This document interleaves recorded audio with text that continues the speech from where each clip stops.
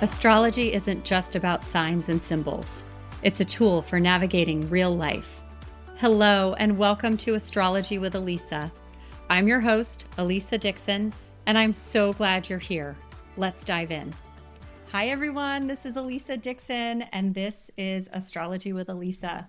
I am joined today by a very special guest. This is my mom, Christel Autuori. Yeah, hi, Mom. Hi, Mom. This is my mom, Christel Autuori. And I mentioned on an earlier podcast that she was coming to visit, and I was so excited. And I thought, oh, it would be so fun to have a little mother-daughter chat. But then, as we were just catching up on our lives and just doing the fun things that we always do, I realized we both work with energy. And I thought, wow, this actually could be a really cool podcast episode. So here we are. I'm figuring out how to do this whole in-person podcast guest for the first time, like side by side here in my recording studio / office / home. So thanks for being my guinea pig. I love it. I love it. That's what moms do. That is what moms do. I know, because I am a mom. I know. And I learned from you. Oh. So why don't you do a very quick intro and tell everybody who you are and what you do? I'm Christel Autuori, and I live in Ridgefield, Connecticut, and I teach at Western Connecticut State University. I teach holistic health, lifestyle medicine, stress management, and more. And more. And more. So, energy. Energy. Well, I am also a Reiki master, and I teach Acu-Yoga, which is yoga with acupressure meridians and acupressure points. So that's all the energy stuff, too. So what do you think when I start talking about energy? Because I always talk about the planets as energy. I don't just talk about the planets or the zodiac signs. I'm always using the word energy. What do you think? I have a really hard time kind of conceptualizing that energy is everywhere, but I can understand the energy in the body and that the energy needs to flow freely. And when it gets stopped up, or if there's too much in one place, not enough in another, then we're going to start seeing signs and symptoms of illness, and we're just not going to be functioning as well as we could. So as a Reiki master, my job is to try to balance that energy, get things flowing freely. Cool. It is cool. Cool. Is there anything deeper I should ask you about that? Energy flows and energy in the body is not just with Reiki, but also with a lot of the other ancient traditions like Ayurveda and traditional Chinese medicine.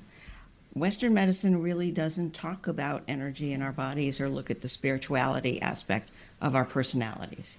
The others do, and that's probably the biggest difference. So spirituality, that's a cool word to land on, because I look at astrology and the way I practice it is very spiritual. So what do you think of when you think of spirituality? Spirituality is one of those words that's really, really hard to define. And a lot of people think it means you have to go to church every Sunday. But it really means being connected to something bigger than yourself. And very often that is Mother Nature. But it also could be going to a concert with friends and thousands of other people, and you're all there excited about it, and you all are there for one reason. So you are part of something bigger than yourself. Well, and that's kind of what this is all about. We are all part of something way bigger than ourselves. And I noticed that in the mornings, when the first thing I do when I get up is I go out on my deck and I look up at the sky, and it's usually pretty dark.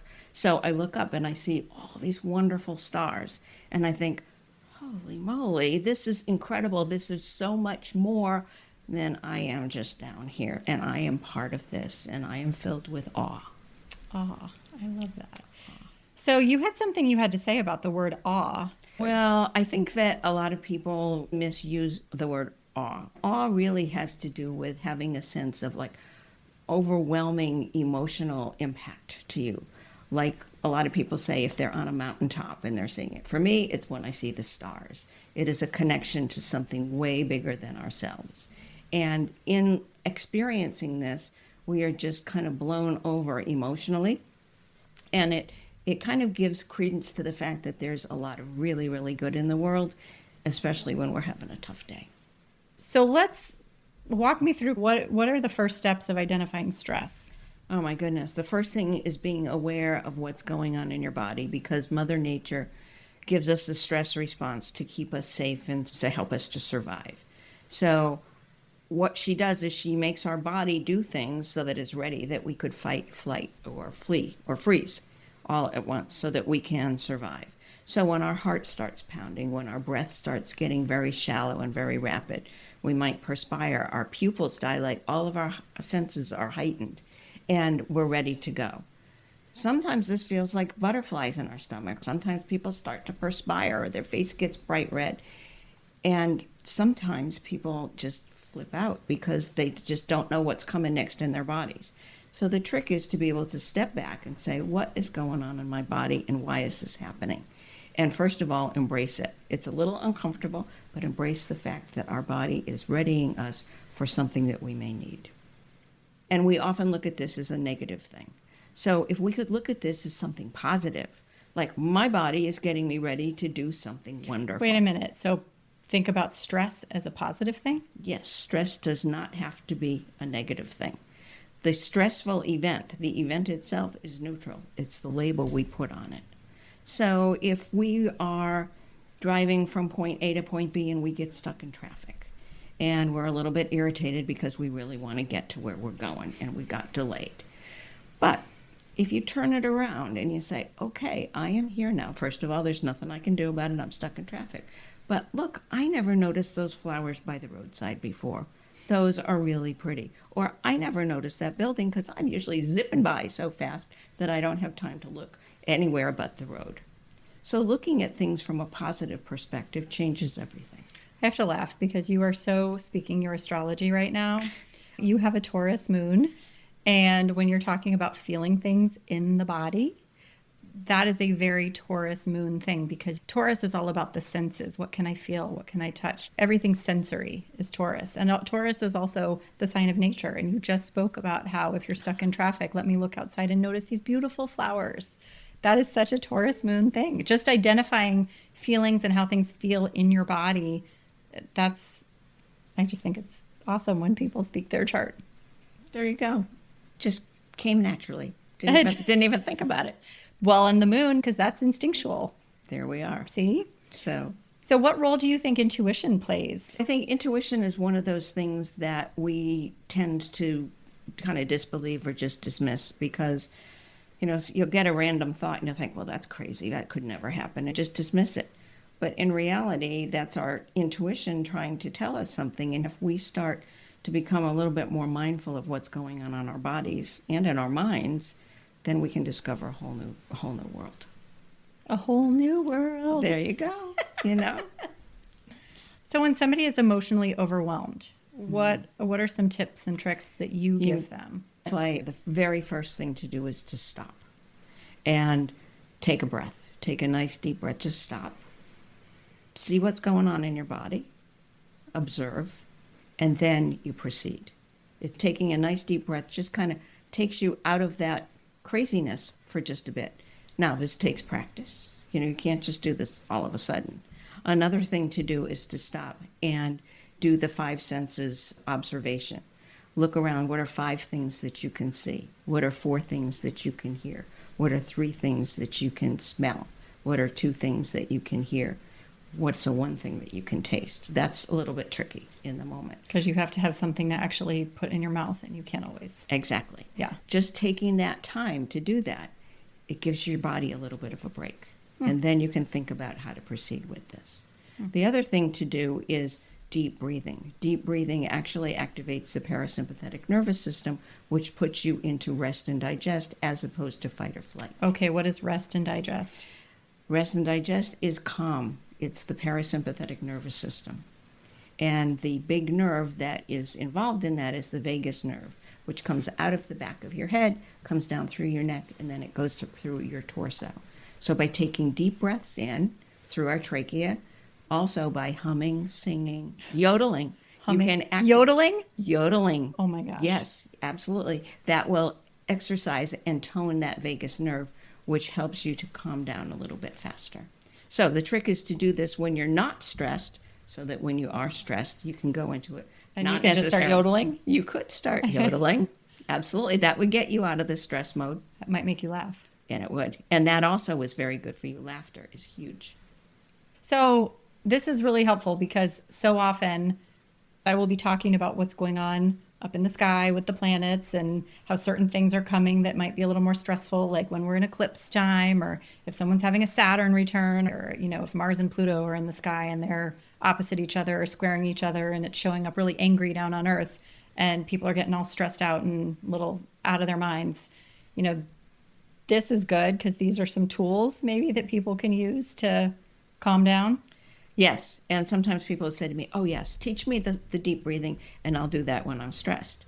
And that's when I say to them, no, I want you to practice this every day so that when you are stressed, first of all, it will take much more to stress you than just a little bit. I mean, sometimes it's just the littlest thing. You can't find your keys or you can't find your pen and you start getting stressed. It's a little thing, Save getting stressed for the big things.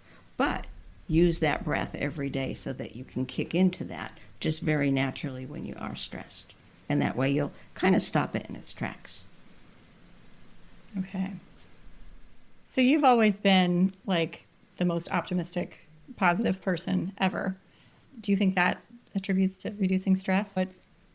Oh, definitely attitude is everything. And that's what I said before about changing your perspective on stress. The glass half full, the glass half empty. I try to stick with as much positivity as possible. It's much healthier. It strengthens our immune system. It also helps us to build resilience. Having a sense of humor is enormous. And we also teach laughter yoga, by the way. Laughter yoga? Laughter yoga. I've heard of goat yoga. No, laughter yoga is a real thing. It was invented by a doctor in India. How do you laugh while you're holding poses? I mean, No, you don't. You just laugh. You laugh for no reason at all, and you start laughing, and then everybody starts laughing. It's really fun. We're doing a workshop at the university. When do you do yoga? Well, the yoga portion of it is the deep breathing, because you just breathe and laugh? Yeah, yep, for quite a while, half an hour. Oh my gosh. Yeah. I think I would go out of my mind. We're doing that this week at the university. It will be fun. So what other kinds of exercises do you do with your students? Oh, exercises. You mean like when they're in class and they're starting to nod off because the class is 3/4 of the way done? Then I do get them up and we do some yoga. We do the breath of joy, or we do a half sun salutation. What's the breath of joy? Breath, it's really hard to demonstrate here, but we also will sometimes do the lion pose, which if you're really up for it, I will show that to you. Well, you might as well. I don't know how are you excited to do this? I can do this. It's also a great stress reliever. Will you be in the frame of the video? I think so.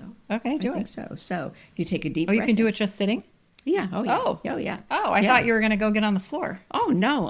No. All right. No, this is, we do chair yoga too. But the lion pose, you take a deep breath in and you exhale and you go.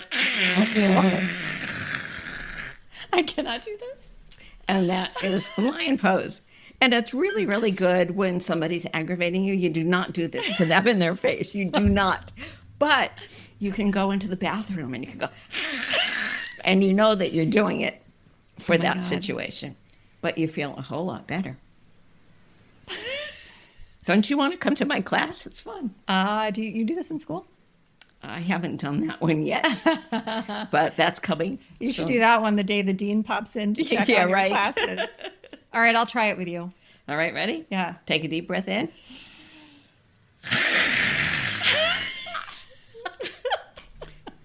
And then you feel wonderful afterwards. You don't feel so stressed, right? I mean, I feel a little ridiculous. That's okay. It's fun. That's when we start laughing. That's right. Okay, so humor is a big thing. Humor is huge. Humor. Okay, so you were telling me the other day that there are these pillars of lifestyle medicine. Lifestyle medicine. Yes, I do. I'm a certified lifestyle medicine coach as well. And there are 6 pillars of lifestyle medicine, or principles by which they operate. And the first one is aerobic exercise, a diet filled with a lot of fruits and vegetables, a very plant-forward diet, very strong social support, and positive stress management. Added to that are restorative sleep and avoiding risky substances. And this is part of what you teach? This is what I teach. This is what I live. Can't stop talking about it. What are some things your students have said or done in response to what you've taught them that it maybe surprised you? Have you had any big takeaways, like big aha moments where they've surprised you, got through to somebody maybe? When they tell me that it has made a difference in their life, when they see that they have change their behavior as a result of what they have learned in my class. I do give them an assignment to, quote unquote, meditate for 5 minutes a day for a week, and set a little timer. Just take a long time out, like we do with the kids when they get into it in nursery school, and just take some time just to breathe. And along with that too is an assignment that I give them, has positive results. I've never had anyone say that it didn't. And that was it. When you wake up in the morning, you write down 3 things that you are grateful for. You write down 3 things you love about yourself. You have to write down 1 thing you'd like to change, and then set an intention for the day. Well, that's cool. That sounds like you're really helping them be intentional around what their thoughts and feelings are. Exactly. Because so many people are just really kind of unaware. And the setting the intention for the day, when you set that intention early in the morning, then it kind of stays with you all day, and you kind of keep going back to it, and it adds purpose to your day, which is also huge. I love that. And that's kind of a lot of what I do with astrology. I'm really, really passionate about having people have an awareness of their own energy and what their tendencies are towards or against, so that way they can really, give themselves grace if they're just wired a certain way and that's causing them to do things a little differently than other people. Right. And that's really important. What is something you understand about stress now, today, that you didn't understand when you were younger? Well, like many things in life, that stress doesn't last. It's not forever. It's somewhat temporary.